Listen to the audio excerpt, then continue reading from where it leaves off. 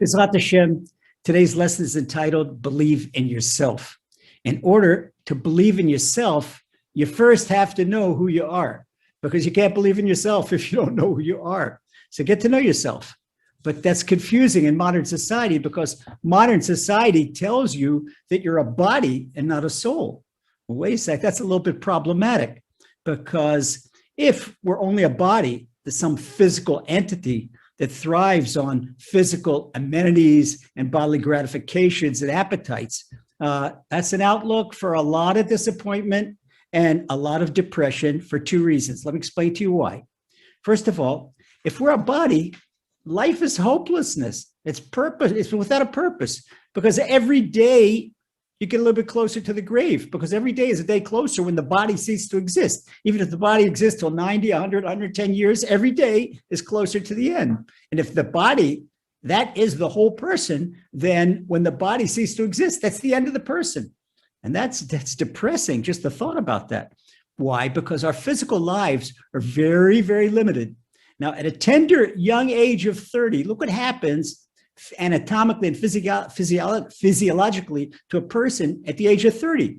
At the age of 30 begins the gradual progress of aging and degeneration. Even if you're a professional athlete, you play third base for the Yankees, or you're in the World Cup football, doesn't matter who you are, at age 30, it's not like being an athlete at age 25, because there is degeneration of the body. No matter how much you work out and how well you eat, this is a natural process. And this continues on until the end. Now, every new year brings a new little problem, a little pain in the joint, or something spurts up. Also something, you have pain in the knee that you never felt before. It happened. You can take my word for it.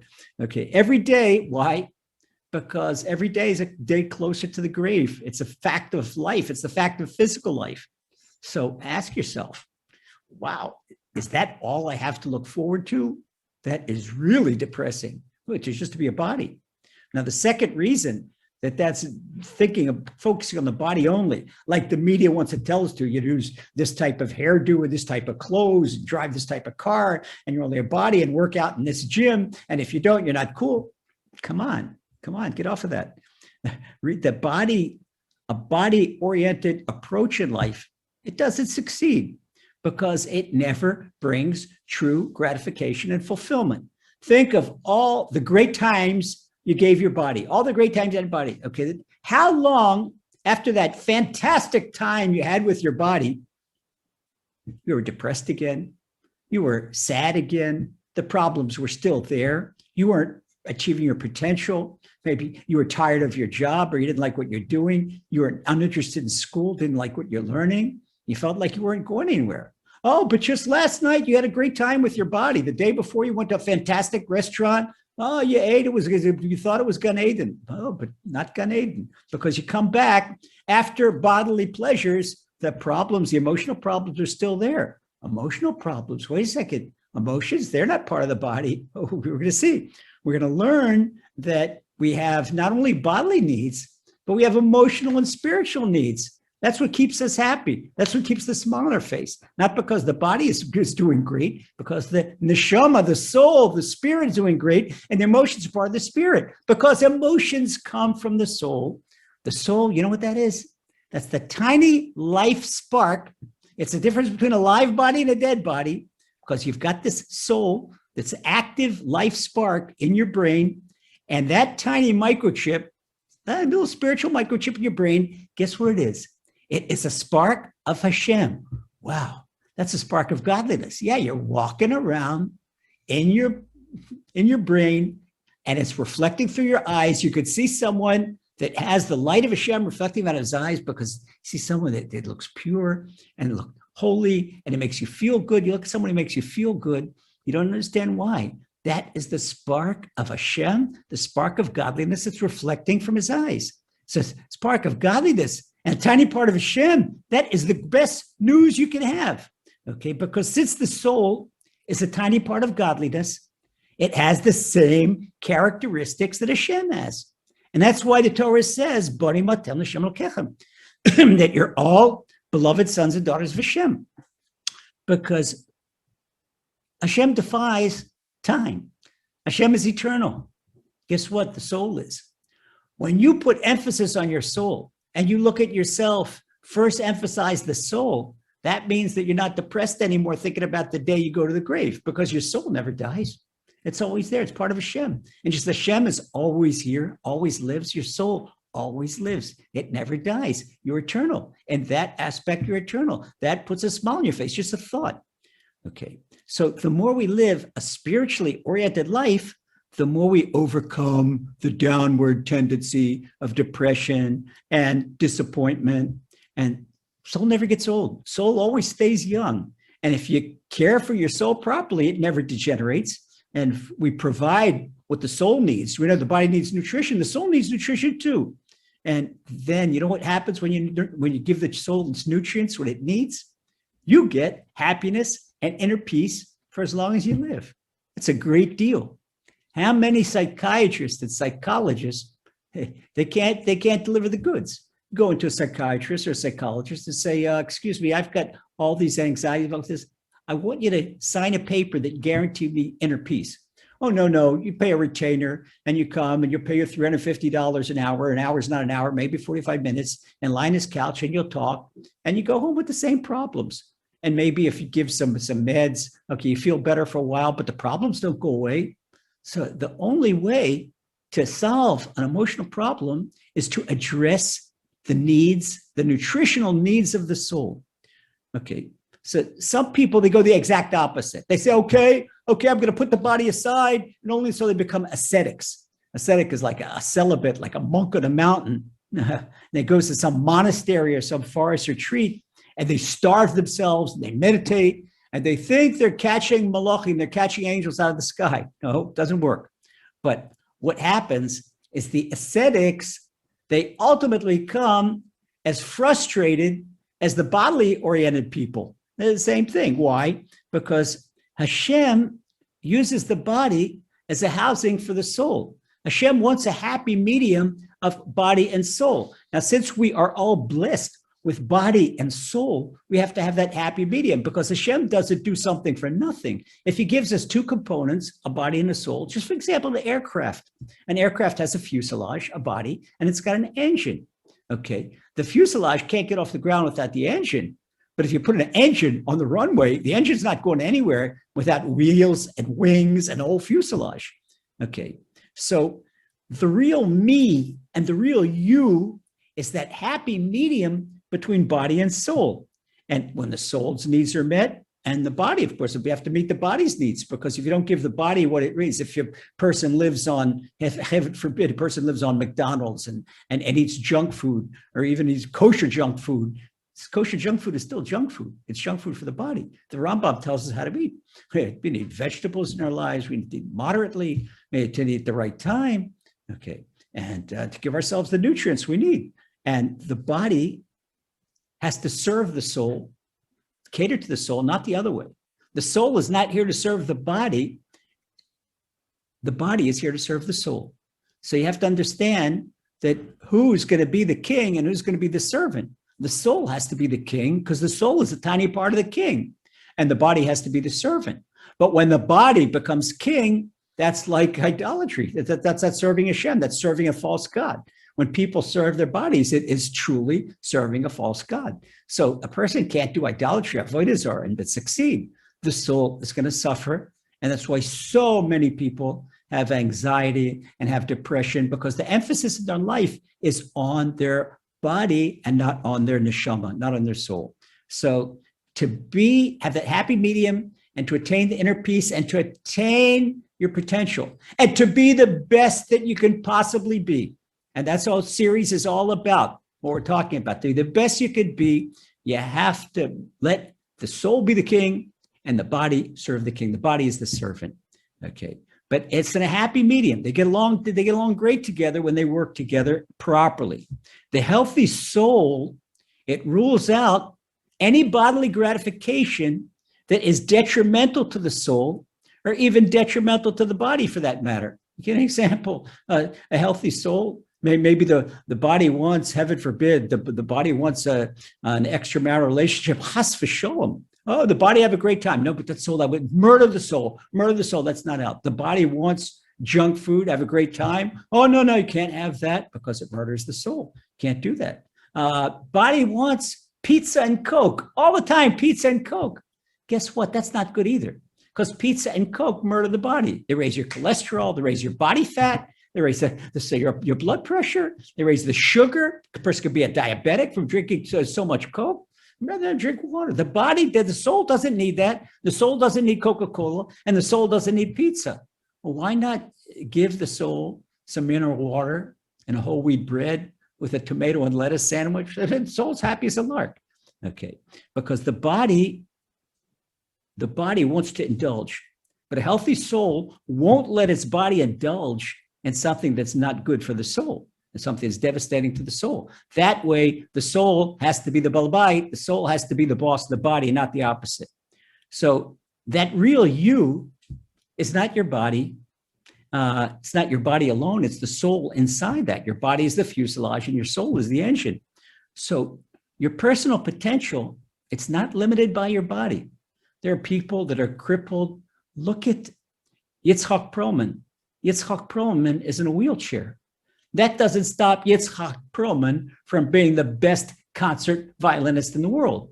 All types of them. Plenty of people that were limited in their body some way, but they could still attain their entire potential. Just because a person has a bodily limitation, that doesn't mean that he or she can't be the best person on earth in what they do. So if Hashem gave Yitzhak Perlman crippled legs, that means that Yitzhak Perlman was not supposed to play for the New York Yankees. Now imagine that Yitzhak Perlman would want to play for the New York Yankees. He'd be frustrated 2 times over. He could never be a professional baseball player, and he wouldn't be what his soul correction is, to come and give people so much satisfaction with his violin playing. Okay, so he wouldn't be a concert violinist. They wouldn't be a New York Yankee. He'd be double frustrated. There's so many people are like that. Okay, now talking about reaching your peak and being your best. Ask a marathon runner. A marathon runner runs 26 miles without stopping. That's 42 kilometers. Ask him, any marathon runner, do you have bodily power to run those 26 miles? He said, no, he can't. He said, my body gives out after 16, 18, 21, 22 miles. And you ask him, well, how do you finish the race? Well, he'll tell you that even though he trains in daily long distance running, that he has a limitation, his body has a limitation, but most marathon runners, they finish that race on heart, on desire. They have a desire. Where's that desire come? The desire comes from neshama. So we see from a professional athlete, you ever take a weightlifter? In weightlifting, there's what's called a gut rip. What's the gut rip? You're lifting weights in the gym, and you're capable of bench pressing 10 times 200 pounds. Okay, so you bench press 10 times 200 pounds, and you could do that 8 times. But you want to go 8 times, you're finished. But you get all your desire and you want to break your own personal record and all your strength, and you do the 9th rep. The 9th rep is called the gut rep. Why is the gut rep? Because it comes from the heart, it comes from the guts. It comes from inside, it comes from your inner power. It doesn't come from your body. Your body gets motivated. And that's why people that are motivated, soldiers in battle, you're defending your country, and soldier in battle, somebody that life or death, they have super strength. That super strength doesn't come from the body. That is something that comes from the neshama. So to be your best, you have to activate your neshama. To activate your neshama, you have to know that you have a soul. You have a neshama. You're not just a body, what people say you are, because you've got so many powers of the soul, because that soul is a tiny part of Hashem. And just like Hashem has unlimited power, since your soul is a tiny part of Hashem, your soul has unlimited power too. So to believe in yourself, beloved brothers, beloved sisters, to believe in yourself, you have to realize that you're not just a body, but you're a soul too. You're a neshama. And look at people's priorities in life. Yeah, your new hairdo, or your new Pierre Cardin suit, or your 6-pack abs that you spend hours in the gym. You dream of 6-pack abs, 6-pack abs. That's only outer embellishments. It's like Purim costume. It's not part of the real, it's an outer costume. Okay, to get to know your soul and its needs, don't let the body boss you around. No, you got to be in the gym all day long. You don't have to be in the gym all day long. Yeah, the body has to be healthy, but maintaining physical fitness. That's why I always talk about in fitness training, talk about functional fitness. Functional fitness, not just physical fitness, not just going to lifting as much weight in the world, because there are people that are heavy weightlifters that they can't pick up a baby or they can't reach above their head, that they have to ask their wife to help them bring down a can of tuna from the upper pantry. Functional fitness is fitness when the body is fit to serve Hashem, to do its mitzvahs. Okay, so that is also comes together from body and soul. Now, it's our faith. Let's introduce Emuna into this, because Emuna, that's vitamin E, that's what the soul needs. Our Emuna in an all-powerful and omniscient Boira Olam, creator of the world, and our awareness that the soul within our brain is a tiny spark of him. And that way we resemble an oil well in Texas that's tapped into an unlimited underground reservoir of oil. You see, you go down to Oklahoma or Texas and you see the oil pumps pumping away. You say, what are they doing? Maybe had the oil run dry? No, it just keeps on coming. This is what happens when your body is like an oil well. It's tapped into the neshama. The neshama has unlimited power. It keeps on pumping. That is the way to be your best. You can't possibly be your best on your body alone. So as soon as you want to be your best, this enables you to think positively. Okay, it enables you to break any barriers. You think when people say, oh, I can't do this or I can't do that. Oh, no, there's no such thing as can't in your vocabulary. As soon as you develop your neshama, not only become the best you could be, but the word can't no longer exists. Because you said, Hashem can do anything, and my neshama is a tiny part of Hashem. That means I could do anything. But why don't you succeed in doing whatever you want? Why don't you? Because you don't believe in yourself. So we see Emuna really has two parts. It's believing in Hashem and believing in ourselves. Okay, so what is it? Why do you have to believe in yourself? Why must you believe in yourself? Let's ask you a basic question. As soon as we understand that Hashem created us, and Hashem created for a reason, now we can think positively. In order to believe in ourselves, we have to think positively. Okay, so let's go a step backward and be positive. Let's be optimistic, especially optimistic about ourselves. Okay, so you say, hey, how many people look around, they say, I'm not good enough, I'm not this. If you say you're not good enough, you're saying that the creator is not good enough. That's heresy. That's kfira. You can't say that about Hashem. Hashem can do whatever he wants. Okay, say Hashem creates inferior creations. But if you told the head of Ford or Chevrolet, you create inferior cars, they would be sorely insulted. And they're flesh and blood. Okay, but telling the creator that he creates inferior beings? Oh, stop and think about what you got inside of you. The lungs, the heart, the eyes, all the cameras of NASA can't equal human eyes with their flexibility and their ability to do so much. Okay, so just think. Okay, you consider yourself a rational individual? Yeah, I think you're a rational individual. A rational individual is not willing to do something without a purpose.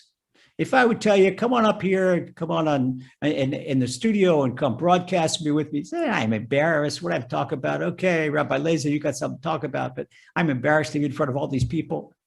But if I told you, okay, I tell you what, you come in the studio, you sit next to me, I'll make room for you, and we'll both broadcast for Chazak, and I'll give you $200.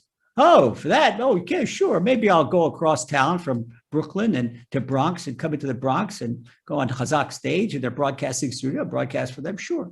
Okay, why? Because now it's a purpose. For free, there's no purpose. What am I going to do? Well, maybe if I told a person, if you're an ideologist, I said, well, you're broadcasting, your message will come to tens of thousands of people around the world that Chazak is reaching. Oh, you say, well, maybe that's a good reason. But for many people, money is a reason to do something. But we all know one thing. We all know that none of us agree to do anything without a purpose, all right? Rational people. Now let's stop and think. Do we think in our chutzpah that we're smarter than Hashem? If we are not prepared to do anything without a purpose, why do we think that Hashem does something with a purpose? You say, oh, I don't think that Hashem does that purpose. Yes, you do. Yes, you do. You know why?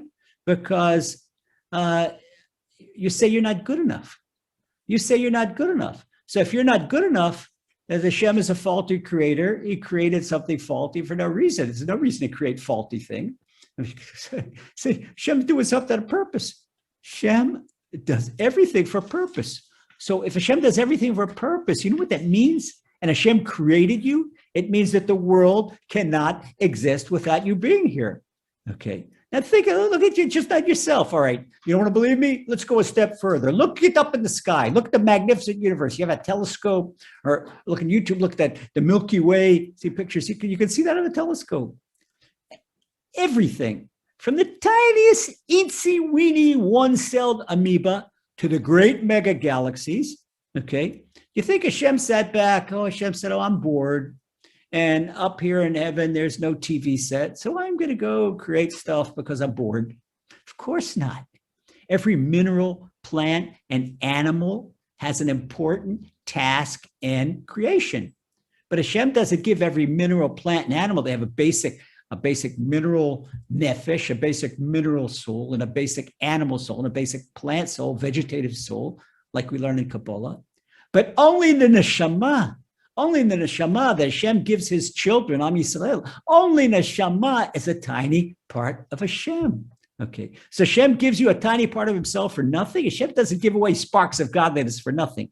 He instills in every single man and woman, every single one of his sons and daughters, fantastic potential, physical capabilities, mental capabilities, emotional capabilities, and tremendous spiritual power. Why? All for a definite purpose to do your mission in life.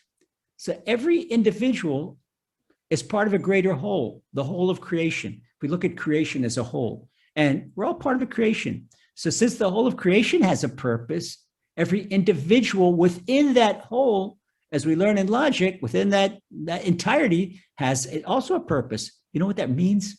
Do you know what that means? Stop and think about what I just said. If the Creator put you here on earth, it means that at this point in time, now hear this, the world cannot exist without you. The world can't exist. The world needs you. Because if Hashem created you for no purpose, okay. But since Hashem does everything for a purpose, we just acknowledge that. And Hashem created you and he put you in this world. It means that the world cannot exist 1 second without you.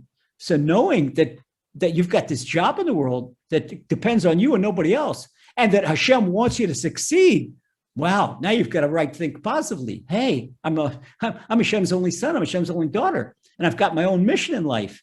So let's ask ourselves one more question. If Hashem has this mission in life, does that mean we're a body alone? Go back to the question of the body. You can only do your mission with your body, because the body, as we said in the beginning of the shur, ultimately it's going to decay in a grave. It's going to decompose into fertilizer. So would Hashem create such a wonderful spiritual and emotional apparatus to just let it all decay in a grave? Okay, does it mean that we're meant to work like mules all our life, like pack mules, and then die and then become food for the flowers? Not logical at all. That doesn't make any sense. So the body, look what all people invest in it. The restaurants and the spa and the fancy workouts and massages and beauty treatments and all kinds of stuff. It all ends up as ash in the ground. It's a harsh realization, beloved brothers and sisters, but it is so true. Now, look at the difference between the body and the neshama. The body is governed by physical gravity. The body all the time pulls us down, like taking a rock, drop it, it's going to go down. But the neshama, that's King Solomon said, Ner Hashem nishmas adam, that the soul, the human soul, is the candle of Hashem. A candle flickers, the flame doesn't fall, the flame goes up. Flame goes up, up. The soul brings us up. So when you have a soul orientation, your soul rules the body, you're all the time up. You're all the time optimistic. When your body rules the soul, you're all the time down. You're all the time down. So when a person is depressed, it means that something is wrong with his motions. Motion is a tiny part of his soul means that the body is pulling the soul down. Okay, so that's the difference between the gravity. Spiritual gravity brings us up, where physical gravity brings us down. Okay, so now you can believe in yourself. You know that Hashem created you for a purpose, and you're a unique person in the world with a unique mission that nobody else can do. And now I'm going to give you 7 reasons to believe in yourself. Okay. Reason number 1, tell yourself, I am unique. I am unique. You know what that means? That Hashem created you as he did every other creation with a unique trait that nobody on earth has. Just as your thumbprint is unique, nobody else has that. There is no exception to this rule. You're one of a kind, you're unique. The second reason to believe in yourself, I have a special job to do. Tell yourself, I have a special job to do on earth. Okay. Hashem gave you the particular skills and attributes and talents that enable you to accomplish your very own mission on earth. And if you're not aware of those attributes and those skills, then you have to get to work and identify them, because they certainly exist. Look for them, identify them, and you'll find them. You'll find them. But what you have to do is turn your orientation from body to soul. Okay, put what's in order to making your abs strong and your biceps strong, making your neshama strong. Then you can realize what you're here on earth to do. Number 3, Hashem gave you that mission. Now say, I am capable of accomplishing my mission on earth.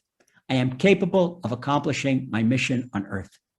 So Hashem gives each creation what it needs to perform its task. Like I gave the example with Yitzhak Perlman.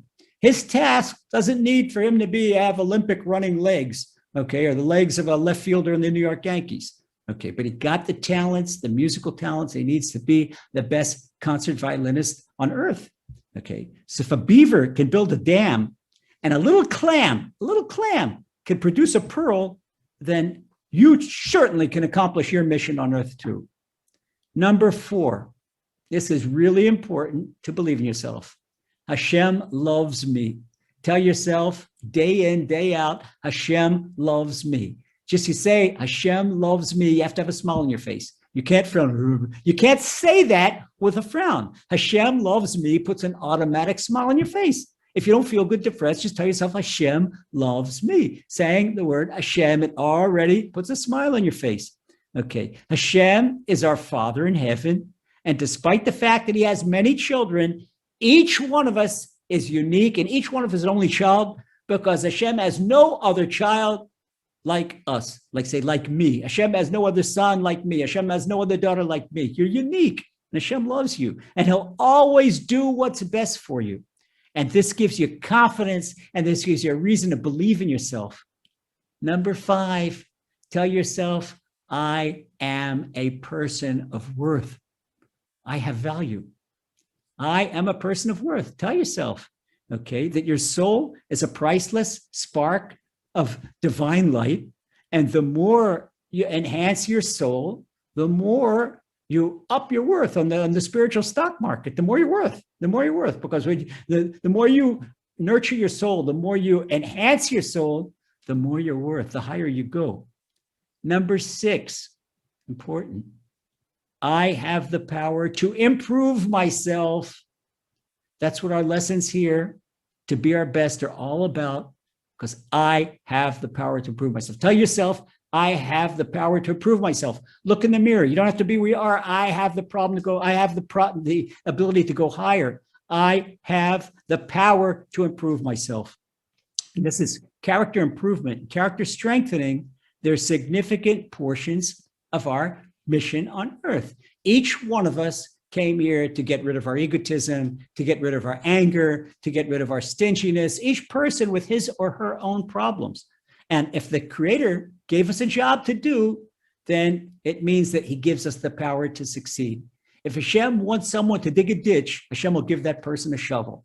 And if Hashem wants a plumber to do his job, Hashem will give him a monkey wrench. And Hashem wants a carpenter to do his job, Hashem will give him a hammer and a nail and a saw, whatever he needs to do his job. Hashem gives every person what he or she needs to do their job on earth. Now, number 7 is really, really important. tell yourself every single day, multiple times, I can be happy. I can be happy. Put a smile on your face, look in the mirror. I can be happy. And say it over and over till you believe it. That your happiness, it's not contingent on being your best, okay? Because meanwhile, just working to be your best makes you happy right now. You don't have to wait until you reach the top of the mountain. Climbing that mountain and knowing you're making progress, that today you're on a higher point than you were yesterday, you're closer to the peak, that's already happy. Happiness is not being on top of the mountain. Happiness is reaching out for the mountain.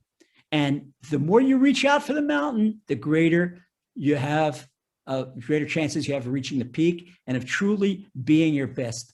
Okay, so cherished brothers and sisters, I want you to repeat these 7 principles over and over and over again until you internalize them. And once you believe in yourself, wait and see how your life soars higher and higher and higher. Don't ever forget, Hashem believes in you and he wants you to believe in yourself. And that way you'll be your very best always. Amen.